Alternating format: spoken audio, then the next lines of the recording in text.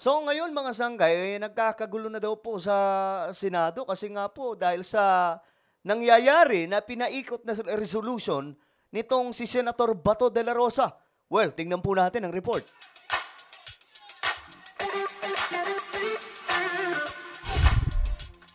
Ay, nako po, eto na nga mga sangkay. May nangyayari po ngayong, kumbaga,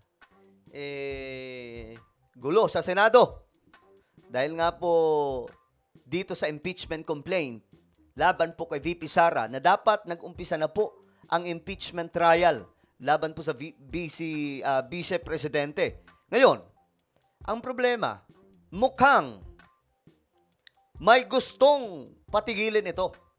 May gustong ipabasura ito. At aminado po doon itong si Senator Bato de la Rosa. Pag-usapan natin yan mga sangkay dahil ngayon talagang kinakalampag sila eh. Marami po mga grupo ngayon ang nangangalampag sa Senado, sa lahat na po siguro mga sangkay ng mga opisyal sa atin para ituloy. Pati nga po si PBBM, nasisisi na mga sangkay si Pangulong Marcos wala naman pong pakialam dyan. No? Well, pag-usapan natin po yan. Anyway, bago tayo magsimula, sa mga hindi pa po dyan nakakapag-subscribe, guys, no? Naku po. Parami po tayo ng parami dito sa YouTube. Ano pang hinihintay mo? I-click nyo po yung subscribe button na makikita po sa baba ng video na to. I-click nyo po yung bell at i-click nyo po yung all. Sa mga nanonood naman po sa Facebook, i-follow nyo po yung ating Facebook page. Shoutout ka pala sa lahat ng mga solid sangkay na nanonood ngayon. God bless everyone. At eto na, arangkada po tayo. Ilang senador nagbigay ng komento sa draft resolution na umiikot sa Senado na layong ma-dismiss ang impeachment ni VP Sara. At ang gumawa daw po nito si Senator Bato, mga sangkay. Hindi ko alam kung sa kanya talaga o inamin lang niya na sa kanya para wala pong may madiin. Ngayon, panoorin po natin. Ano ba ang nangyayari sa Senado? Nagayag ng kanilang opinyon ng ilang senador hinggil sa kumalat na resolusyon para i-dismiss ang impeachment ni Vice President Sara Duterte. Draft ito. Isang senador ginit na dapat aktuhan ng Senado ang impeachment. Si Daniel Badalasta sa sentro ng balita. Daniel. Alam nyo guys, kasi tapos na po ito doon sa sa House of Representatives, sa Kamara, tapos na po yan So ang kailangan nilang gawin dito sa Senado, mag-umpisa na po yung trial mga sangkay. Yung pagbusisi talaga tungkol sa impeachment ni VP Sara. Itong mga reklamo sa kanya. Kaya nga lang, hindi ko alam bakit kailangan hadlangan. May kasalanan ba si VP Sara kung bakit ayaw nila Senator Bato de la Rosa na matuloy ito? Ano bang meron? Sa totoo lang, liyamado nga po dito si VP Sara.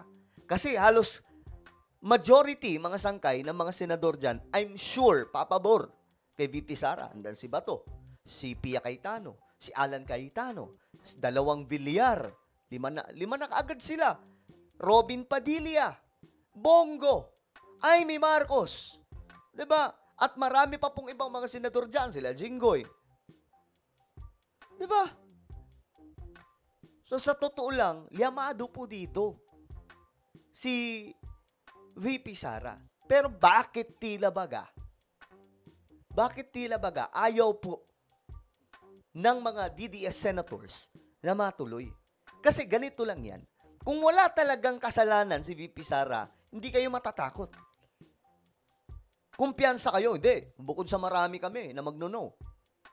Alam namin na walang ginagawang kalokohan si VP Sara.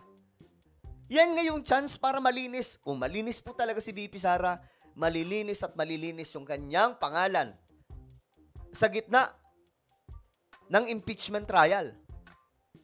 Di ba? Tama ba ako? Pero kung may kasalanan si VP Sara dyan, ito lang ang mangyayari dyan. Kung meron talagang mga ebidensya na may mali, guys, madidiin po siya dyan. At kahit pasabihin po natin na majority ang mga senador nakakampi kay VP Sara, mahihiya po sila na hindi ilaglag si VP Sara kung mayroon pong mapapatunayan. 'Di ba? Kasi pananagutan nila yun sa taong bayan, magwawala ang buong Pilipinas kapag nangyari yun. 'Di ba? Yes, Aljo, ilang senador nga nagbigay ng kanilang opinion o sentimiento sa isang draft resolution na umiikot sa Senado na ang layunin ay ma-dismiss ang impeachment ni Vice President Sara Duterte. Kahapon, inamin na ni Senator Bato de la Rosa na galing sa kanyang opisina ang draft resolution. Para ngayon, kaya Senator Joel Villanueva mahirap magkomento sa usapin dahil ano ang sabihin niya tungkol sa impeachment, maaaring isipin ng taong bayan na may pasya na sila bilang katayong Senator Judge. Actually, may punto po dito si Joel Villanueva. Kasi nga po, buti pa nga po siya, naiisip niya na, hindi, ako magkomento dyan. Kasi, parang ang dating nun, may pasya na kami. 'Di ba? Pero ang tanong dito, ano ba? Itutuloy ba ninyo? Kasi, mandato nyo yan na dapat, andyan na yan, busisihin nyo na, umpisahan nyo na dapat yung impeachment. Pero gayunman, bukas niya plenaryo para sa kanyang mga kasamahan na gusto na mag-convene ang Senado bilang impeachment court. Siguro dapat dun sa mga nagsasalita, lalo na miyembro ng Senado, sila yung diba? Gusto pala nila magsalita at mag-file ng motion. Ang tanong ko, what's the difference?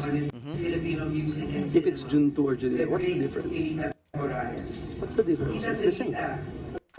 May naapektuhan, may hindi. Ngayon, ang daming napapasa. If you believe na it would make a difference from June 11, June 2, floor is open. We don't see the difference eh. Si Senator J.V. Ejercito naman, hindi pa raw nabigyan ng kopya ng draft resolution. Pero di ko mambibig ng senador kung gusto niya ring pumirma rito. Pero nandigan ng senador na dapat talagang aktuhan ng Senado ang impeachment bilang kanilang mandato. Correct. Pero sa usapin naman, kung tatawid dito sa 20th Congress, narito ang pahayag ni Ejercito. Whatever, again, as I mentioned, whatever plenary will always be supreme. Kung ano pong mapag-usapan. Collegial body kami. Kung ano ang opinion ko, whether I'm for it or not, gusto ko ba? We just have to follow what the body would decide on.